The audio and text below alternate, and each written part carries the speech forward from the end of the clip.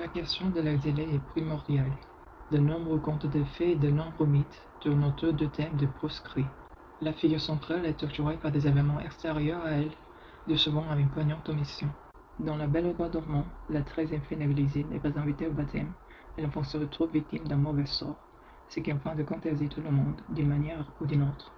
Parfois l'exil est imposé par pure méchanceté, comme lorsque la marâtre de Vasilissa l'envoie dans les bois obscurs.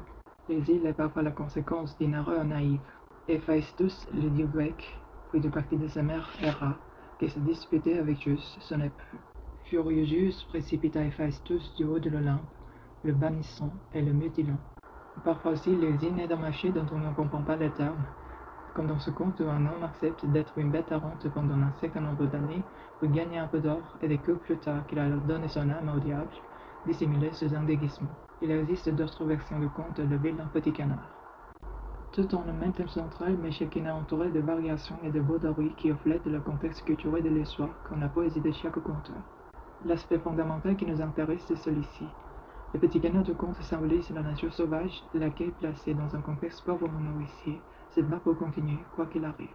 Instinctivement, la nature sauvage s'accroche, quelquefois avec panache, quelquefois sans grâce, mais elle tient bon.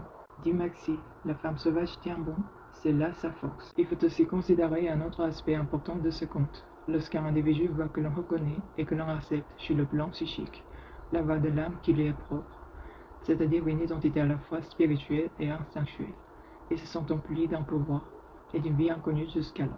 Le fait d'affirmer sa famille psychique donne à une personne de la vitalité et un sentiment d'appartenance.